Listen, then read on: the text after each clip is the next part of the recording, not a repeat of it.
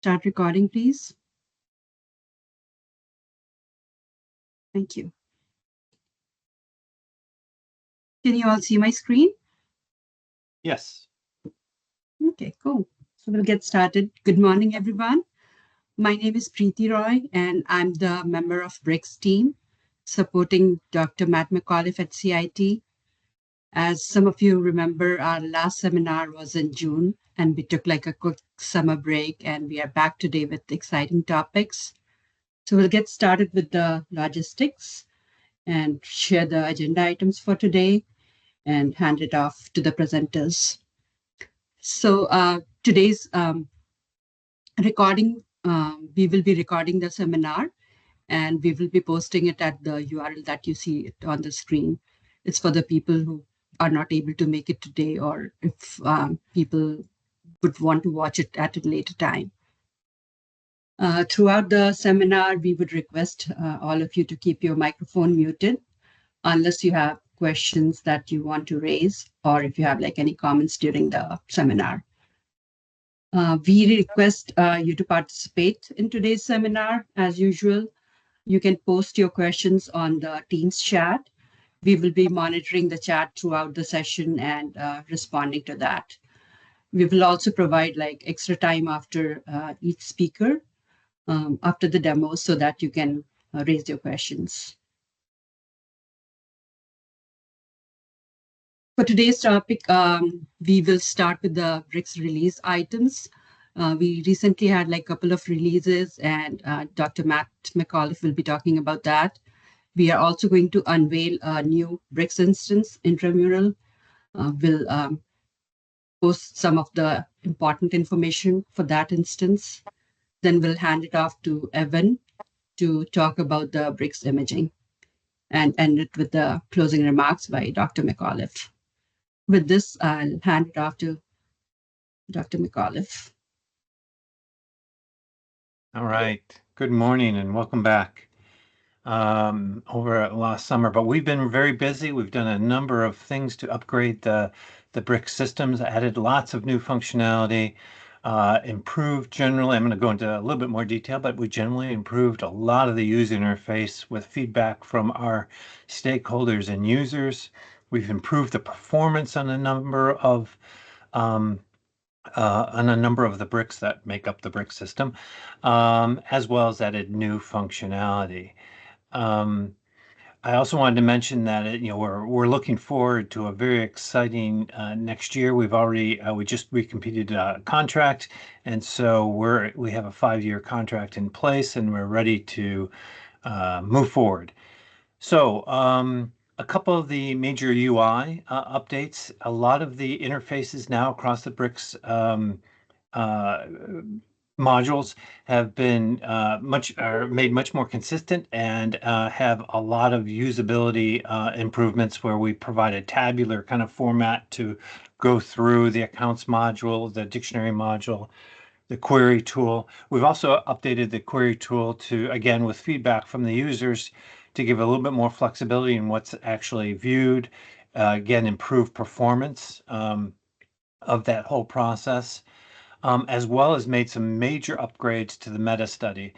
And again, the meta study is that module where you could query across all the data within the BRICS system or within a BRICS instance, and then aggregate that data and then put it into the meta study with additional information about that meta study. But we've also added the ability to upload studies that might not necessarily be appropriate to put into the database and make searchable, but it's now a place where people could submit data that also supports the new data sharing, NIH's new data sharing plan. We were able to mint and have been able to mint DOIs for both the meta study and the repository data sets. So again, we're using the DOI or the data site company through the contract from ODSS. Lots of really nice improvements in supporting usability of the system. Next one. So I did touch a little bit about the performance. You'll see, like in the data dictionary, you'll be able to find and search data elements much more quickly, as well as form structures. The initial load of the query tool is much more interactive. We're also looking at ways in getting data out of the database more efficiently and displayed to the users. And also have updated the UI again in some of the cases to be able to scroll more efficiently through the data. I think we also have some other new download ability that just makes it a little bit more usable. And always, we're just in the other modules. Whenever we find a particular function within a module that isn't running as efficiently as we think, we actually go back and take a look at that module and then try to upgrade it appropriately. So it's always good to give us feedback so that we know that those certain kinds of functions need to be optimized, and we, then we'll go back and optimize them where we have time and resources and that they can be optimized. But if we don't get to the feedback, it's sometimes a little bit difficult for us to know where those bottlenecks are. Although we do an awful lot of testing and we do identify a lot of those on our own, it's always good to get that feedback from the stakeholders and users. Okay, next slide. So again, just some new usability improvements generally to the Proforms tool. So the Proforms tool is essentially our electronic data capture tool. It's a lot like Open Clinica or REDCap or one of those other kind of tools. We are 21 CFR Part 11, so we can do clinical trial studies and have that data submitted to the FDA. We also work very closely with a group at NINDS, and they have a team that builds functionality specifically to support clinical research, and that's the CASA instance of BRICS. And so we work very closely with them. They have access to all the code, and they will work off of branches within the software control processes that we have. But then at the end of each iteration, we merge those branches back together, so they get all our new functionality that we've added, and we get all their new functionality that they've added. So it's a very collaborative process, and that's the team over there is supported by Dr. Dominic Nathan. Okay. So the data dictionary, we've added some so all our modules have API access to them. So you could write a program, say a Python program that authenticated in through RAS credentials into our query database, query data across studies that you have access to, aggregate that data, download it to your system, and then do your analysis. But we've also, we're always looking at updating and adding new API endpoints where appropriate. And some of those we identify again on our own as we try to automate the processes within the system. But again, that feedback from the users is always helpful in identifying, and you should feel comfortable providing that information. Sometimes we can do it, if it's an easy thing. Sometimes I work, or the BRICS system is a fee for service system. So if it's a big LOE, that's when we have to start thinking about how do we appropriately fund it. But, for smaller levels of effort and where they overlap with what we think other users need, we try to, build that functionality into the system. We've also added and worked closely with NLM. We have a UMLS mapping tool. So our data elements now within our system and form structures, we can apply UMLS concepts to those data elements, as well as the form structures. And what this is really helpful because we can also save off our data elements in NLM format. And having those UMLS concepts associated with it makes it easier to get NLM to go through their governance process and endorsing data elements, if that's your goal. So again, what we're trying to show is that we work with the different groups here across NIH in improving our processes and being consistent with other processes within the other ICs. FitBurn now is a multi-tenant in the sense that, we could always, FitBurn has over 200 traumatic brain injury studies in it and of submitting data. But it has worked out so well. NTR, which is the National Trauma Research Resource, that related data, and there was a request to add in their data also into the FitBurn system because it's very closely related data often. And so we can now, we've updated the system to support both NTR and FitBurn within the FitBurn instance of BRICS. Okay. Query tool, redesign the query tool again. We talked about that a little bit, added a lot of usability improvements to it. We have we brought on a great usability architect, and she's been working with us for the last 6-9 months, and we've been going through each module, making them more consistent, more usable, and improving the performance.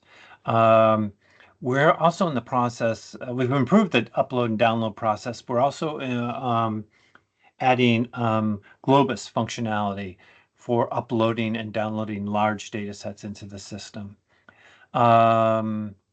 as well as DOI flexibility and how we support different instances and how we can customize. And we did some customization, especially for NEI, so that they can get the proper prefixes and so on to their DOI. So again, when we get feedback from the users, we're always upgrading the system to meet those new requirements.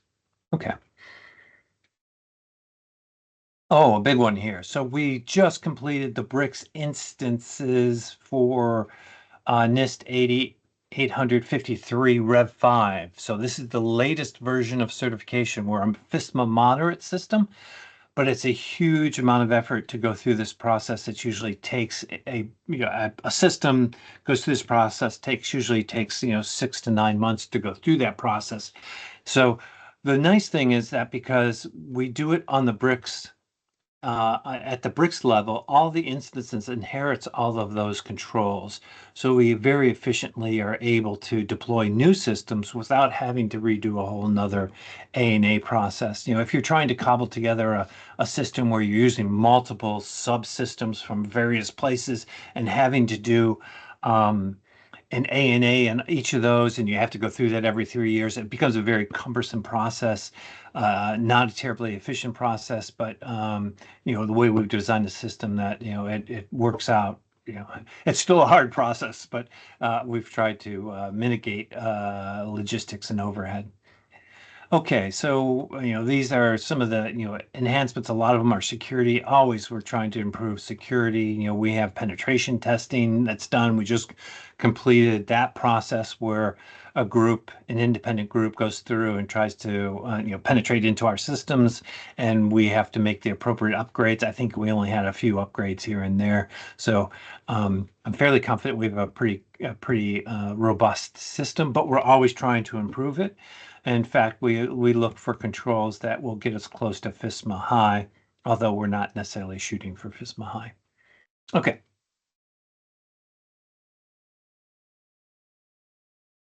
Okay. So I'm going to talk about a new instance of BRICS, which is a little bit unique. Most of our instances support both intramural and extramural.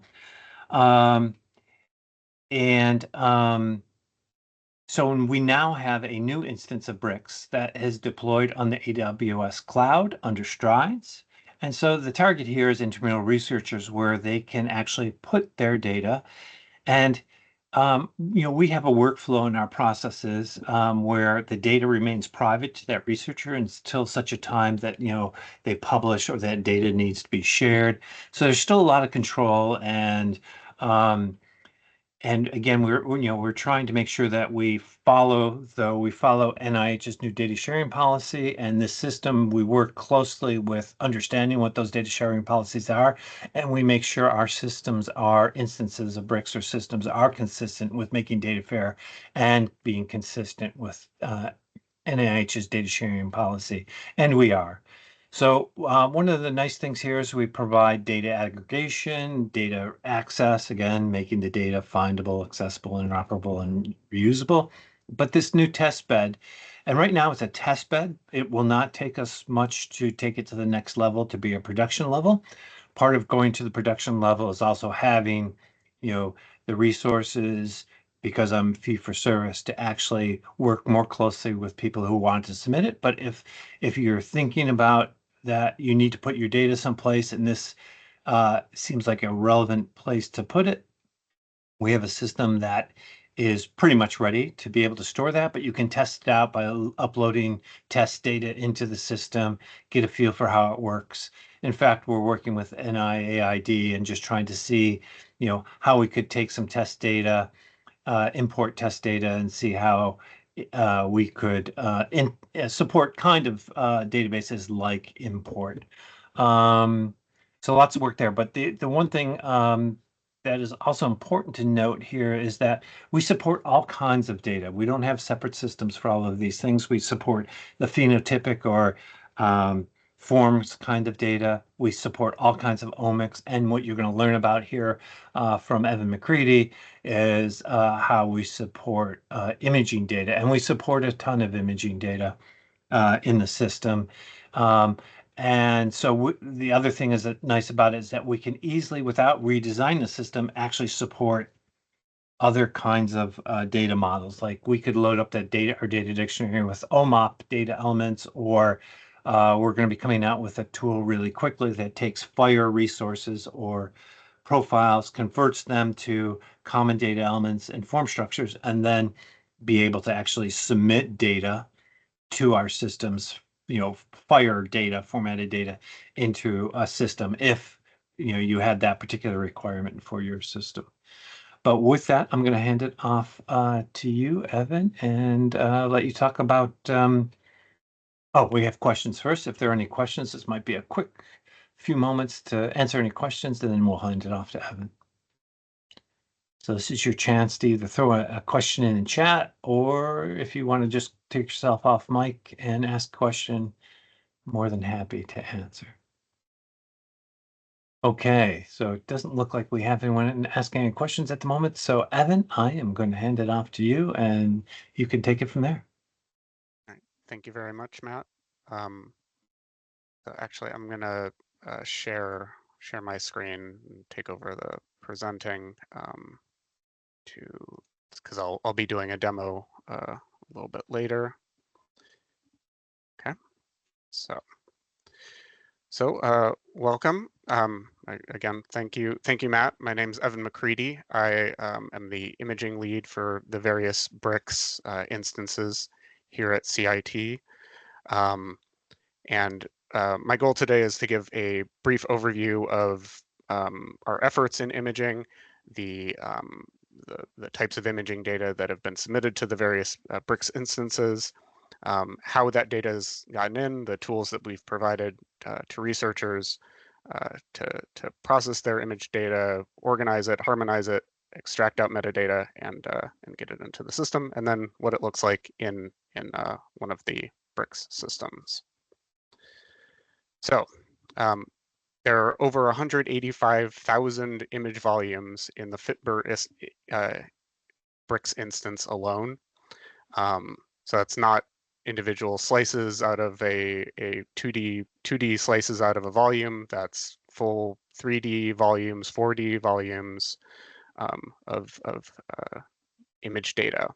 And that goes across many different modalities and pulse sequences from MR.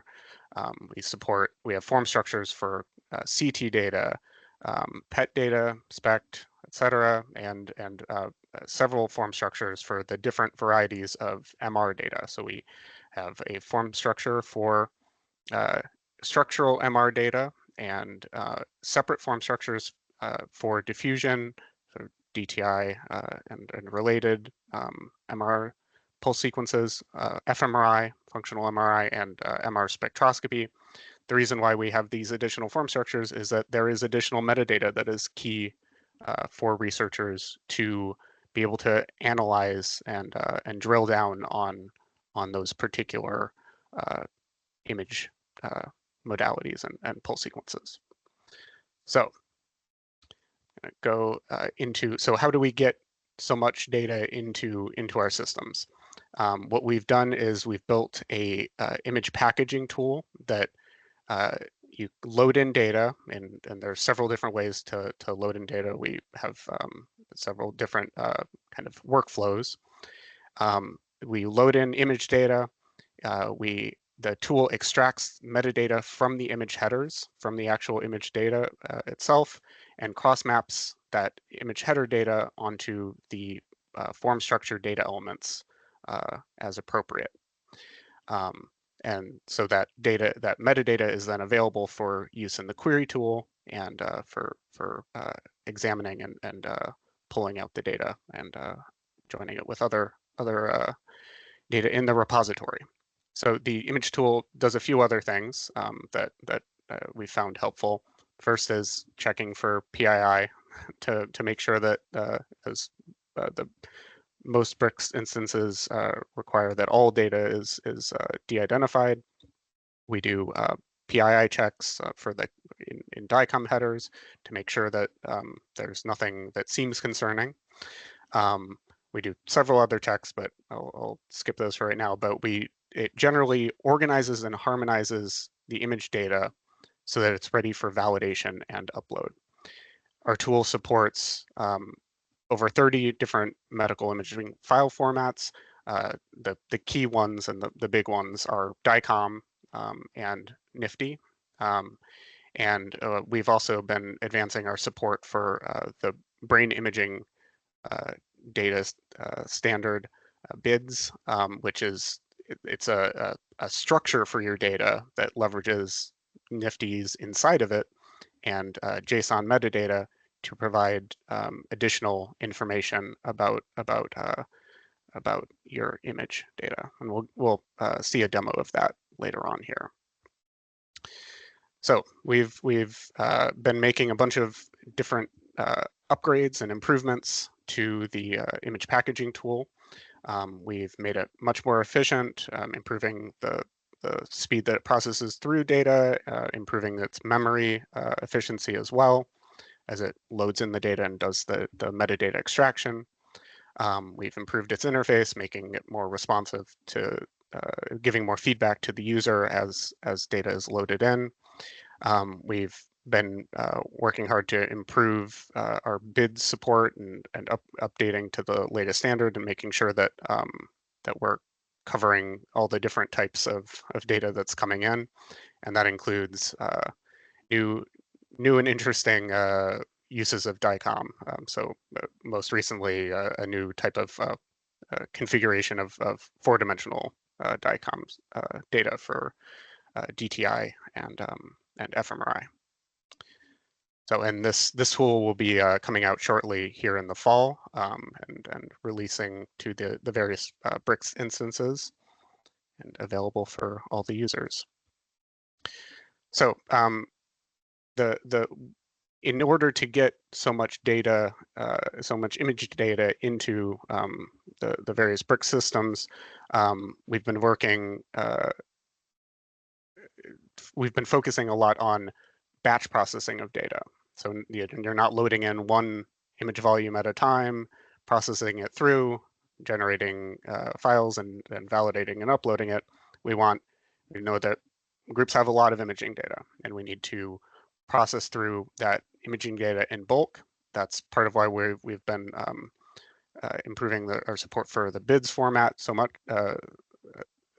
as well as using input comma-separated value files that can be loaded into the tool to batch process through image data altogether. So, and I'll show you a little bit about of the BIDS side of that process later, but in the demo.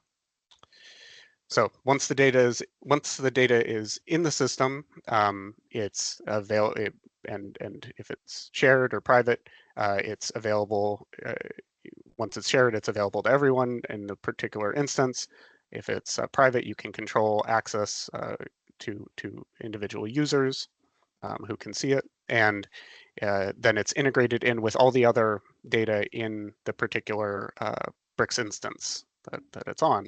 And so that means you can query the image data and image metadata right alongside the phenotypic data and omics data that has been submitted to a particular study or across studies.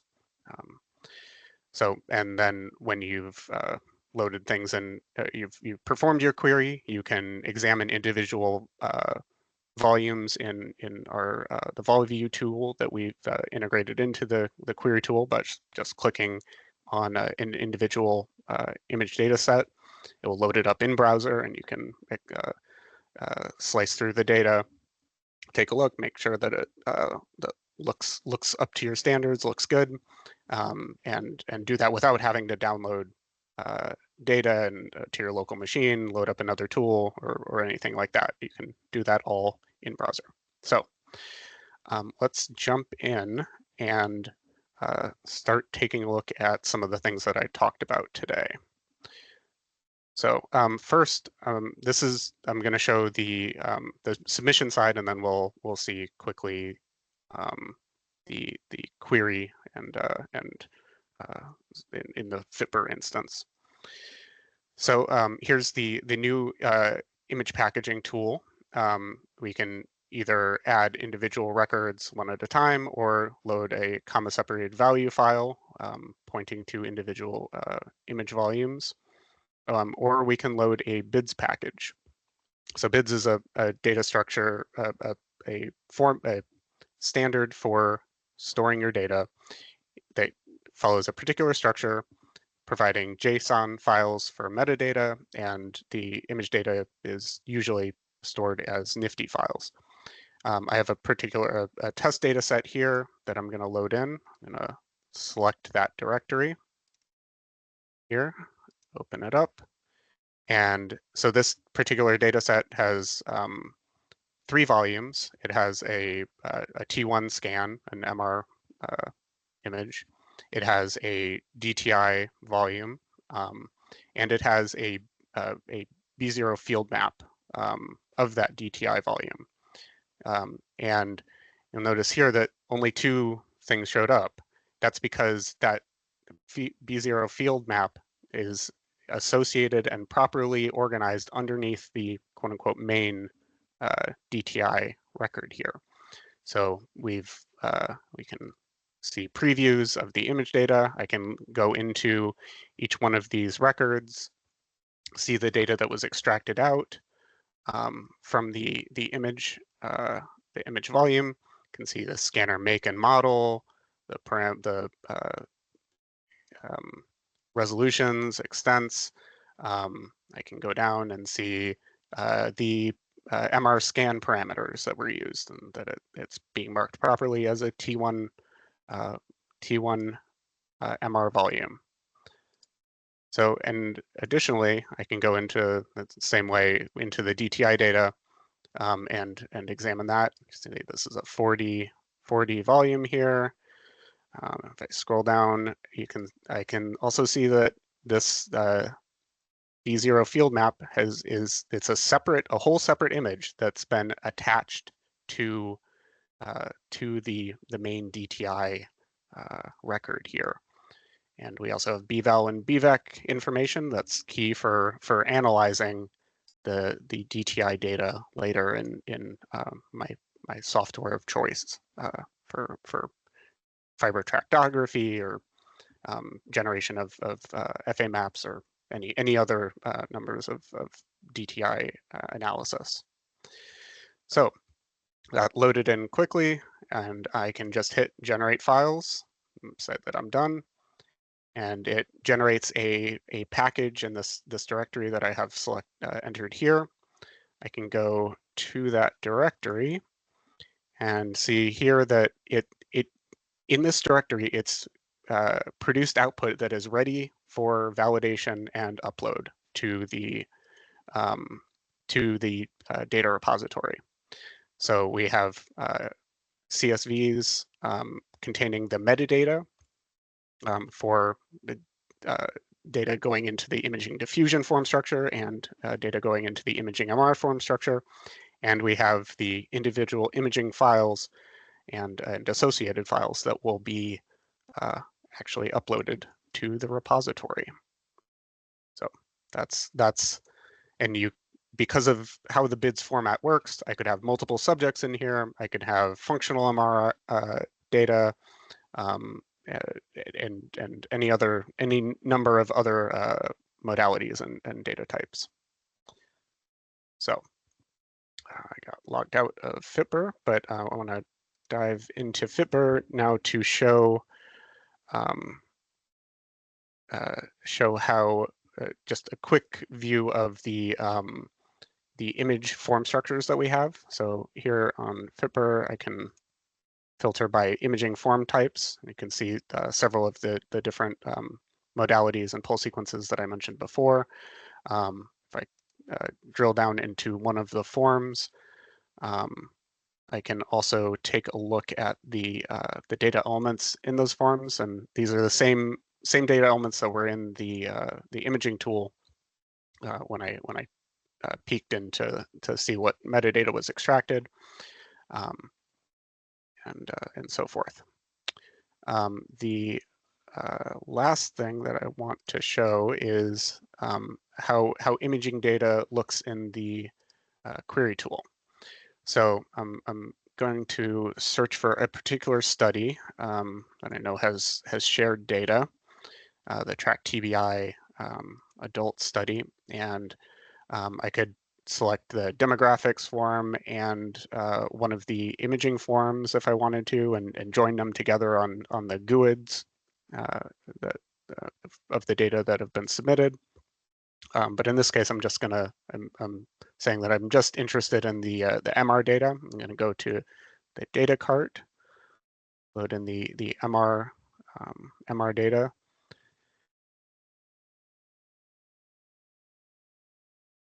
And you can see here there are over 6,000 MR volumes in this particular study. And I can see some of the metadata that they submitted. And I can filter on that metadata. I can say, only give me flare volumes, or only give me data from a particular site, or with a certain days since baseline. Same as with any other data here in the BRICS systems. But I can also click on any of these links in the imaging file column and preview that data in our VolView tool here. So it downloads the data from the data repository in browser, unpacks it, and loads it into this tool in my browser without me having to use a separate tool or download data separately. I can take a look, scroll through the triplanar view here of all the different orthogonal orientations, and it also generates a 3D rendering of the whole scan as well. So it's a nice little way to examine the data without having to go through the process of downloading individual files through the download tool, and using a desktop image analysis tool. So, but of course you can do that. You can filter your data, you can add it to your download queue, download the metadata and the actual image files, the actual image data, and then you can do that analysis and in bulk across studies, across phenotypic data and the imaging data that's in the particular repository. So that's my quick run through of the various imaging components here in BRICS. I'm gonna stop sharing, and are there any questions that anyone has about step in that process or imaging in general, I'd be happy to take your questions.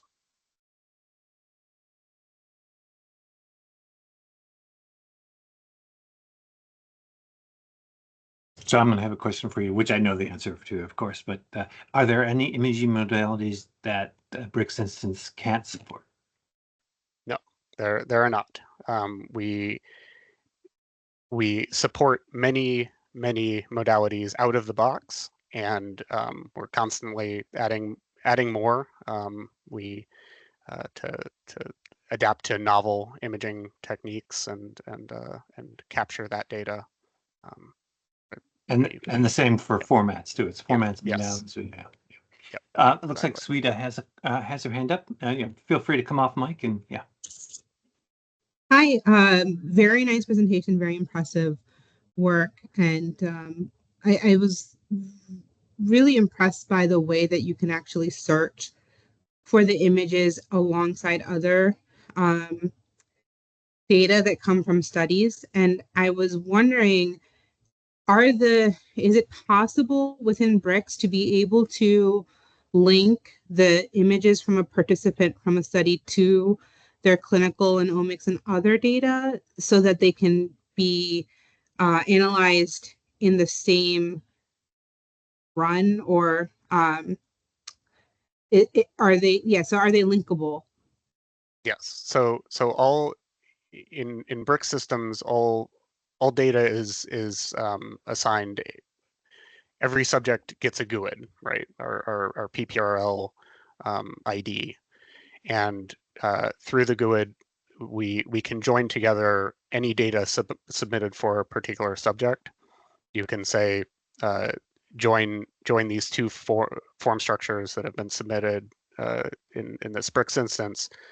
Join them on the GUID, and you can then filter on information from any one of those forms that you've joined together, and it will be linked through that GUID.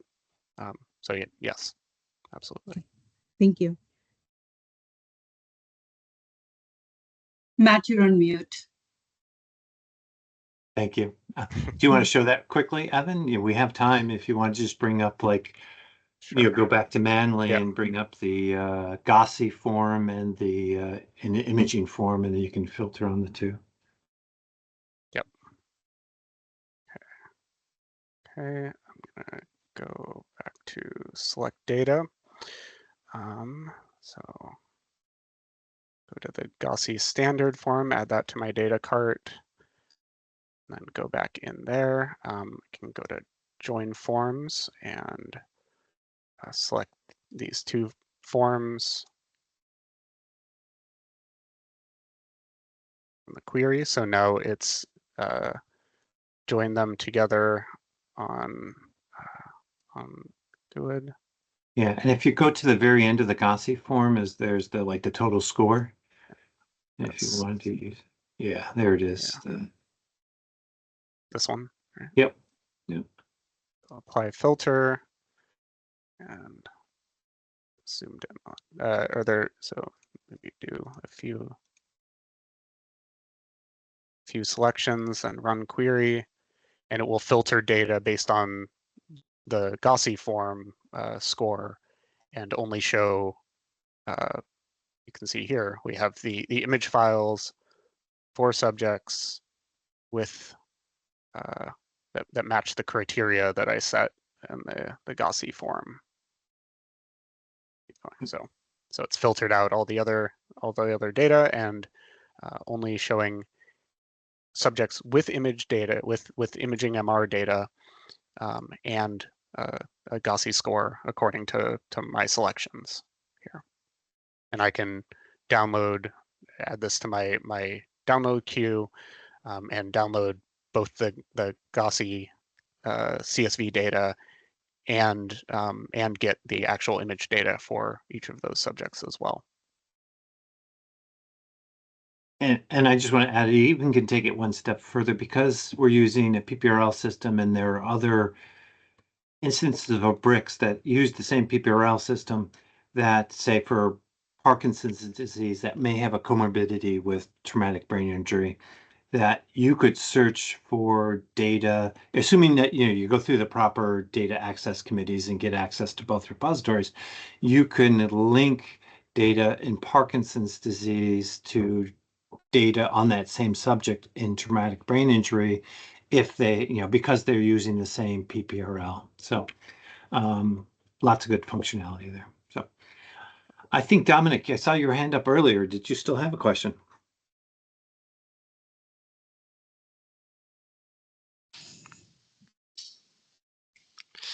Sorry, having computer issues. No, I think the main question I wanted to ask was how does the tool run? What are the requirements? Over. So the tool is a Java application. So you can either launch it off the repository section of, or the tool section of the BRICS instance portal, or we, as part of working with groups to batch process their data, we've been providing kind of packaged up scripts, and as part of that to batch process data that works with their particular data organization and chugs through the data to get it ready for and submitted. Part of that is that process is we provide a desktop version of the imaging tool that that runs on the command line and can move through data much faster, and you can set higher memory limits and all sorts of things that that make it more. It's like the turbocharged version of the imaging tool, but the other way is just launching it off the website. Show it. Got it. And you also have an implemented DICOM catcher in the MIPAF tool, right? We do not. So we don't have a facility for pushing like from a PACS directly into to the imaging tool or to one of the BRICS instances in general. The issue with that tends to be that if you're pushing directly from the PACS, you're increasing the likelihood that data has not been properly de-identified before you're pushing it. Some people are very good about that, but some groups don't would just push directly from their PACS, and that can be an issue for our systems that can't have PII data in there.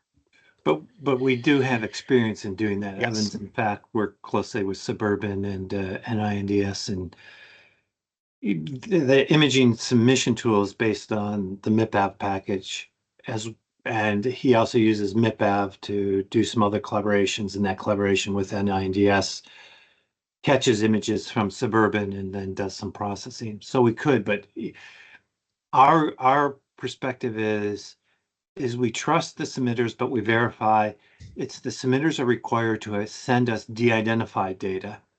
We check it, but it's always difficult. And in an automated situation where it's kind of coming in through the DICOM catcher, we can't control. We have less control of knowing that it's been de-identified before being sent to us. Understood. Thank you. I was just asking because we have a couple of implementations. So like Clinical Center and NINDS, we have XNet and a similar pipeline, and it would be nice to have one MIPAF be able to do that. Because in those instances, we do one identifiable information, but we also have other instances where we are using de-identified data. So the current implementation would work. Over. Yep. Yeah. If you're working with data that doesn't need to be de-identified, that's a slightly different process. Or you have different concerns. Yeah. It's all doable, I think. It's just a function of resources in this case, and we could implement that. And we have experience implementing similar types of things. All right. Any other questions? Okay. I think one thing, sorry, one thing I wanted to mention, you mentioned this earlier too, that you are the FISMA moderate compliant. So why that matters is the NIH is a federal entity, and by reciprocity, other NIH centers and institutes can adopt the same controls. However, because they've already gone through the FISMA review process, the ANA specifically, it is a easy process to adopt the system and the controls. And similarly, the federal government, the different agencies have also looked at minimizing IT impact burden for compliance. So there are reciprocities across the federal government with different agencies. So if, for example, you go through the ANA process, you have all the controls, another agency such as Department of State or Department of Defense or the VA could essentially adopt your system, and it reduces their burden to get compliances. Over. That's good to know. Thanks, Dominic. All right. Okay, so I think feel free if you have questions for Evan. Feel free to email him directly or to the BRICS page. I think there's a way to submit questions in that, but we're more than happy also to meet with you individually if you have specific questions or want to see a demo in more detail. But I think we'll move to the end agenda item here. So yes, thank you. I forgot to thank you, Evan. Awesome job. I forget to also introduce Evan because he has so much experience in he's been doing imaging and imaging analysis for a long, long time and is an expert. And I think that really was demonstrated by all the really great work that he has done in making image submission into BRICS a very efficient and excellent way of storing data in a repository. All right.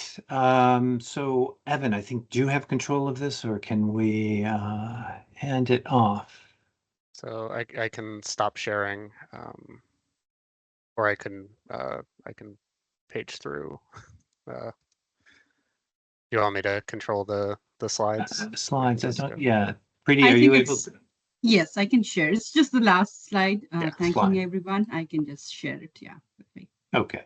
So I did want to thank everyone. I think what you've seen, hopefully, is that we have built a very comprehensive system with all the kinds of tools that are needed, from PPRLs to generating DOIs, to be storing data in a highly structured database or in a less structured data mechanism in the meta study. As well as all the nuances of all the other tools and using common data elements so that you can aggregate data across systems. And this has been a lot of excellent work by the team, including Evan and our contractors and Dominic's team in that. We've always strived to, there's a saying that goes, start by doing what's necessary. And that's what really done. And sometimes it's the boring stuff, but it's the nitty gritty, really important things. Then you do what's possible and you start to think about outside the box a little bit and kind of adding that new functionality. And then the quote ends by suddenly, by doing the possible, and suddenly you do enough of that, you're doing the impossible. I don't know that we're doing the impossible, but we're working towards that and adding new functionality. In fact, we'll have a new version coming out in November with lots of new functionality. We'll be adding some AI tools that will facilitate taking legacy image data and using some AI augmented processes to map that data into data elements that then can be submitted into the repository. So, and also another tool that will, an AI enabled search that will be able to search across repositories to identify where data is. And we're looking not just at across BRICS repositories, but we're also looking at other kinds of repositories. So a very specific effort there. So lots of good things to come. And we look forward to talking with you next month. Thanks, everyone. Thank you all. Bye.